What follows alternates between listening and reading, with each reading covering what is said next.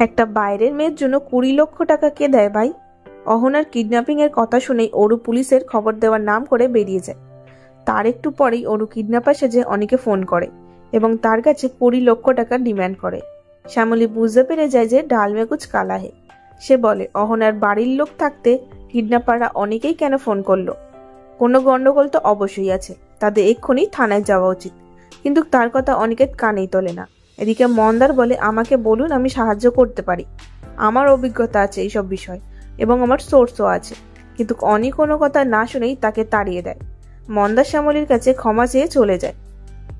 ওদিকে রোহিণীকে ঘরে বন্ধ করে তার ফোন কেড়ে নেয় অপরাজিতা। কিন্তু শ্যামলী গিয়ে রোহিণীকে টেনে নিয়ে চলে আসে। শ্যামলী বলে, ম্যাডাম মাফ করবেন, রোহিণী দিদিকে নিয়ে গেলাম, দরকার আছে। এদিকে তৃষা ও অনির পিসি টাকাটা দিয়ে দেওয়ার জন্য অনিকেতকে বারবার জোর করতে থাকে যে সে যেন টাকাটা দিয়ে দেয়।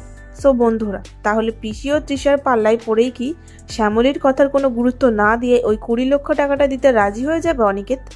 কিন্তু সত্যি করে বলুন তো, যে সবসময় তোমাকে বাঁশ দেয়, তোমার ক্ষতি করে, তুমি জানো সে একটা চিটিংবাজ, তুমি কি তার জন্য 1 টাকাও খরচ করবে?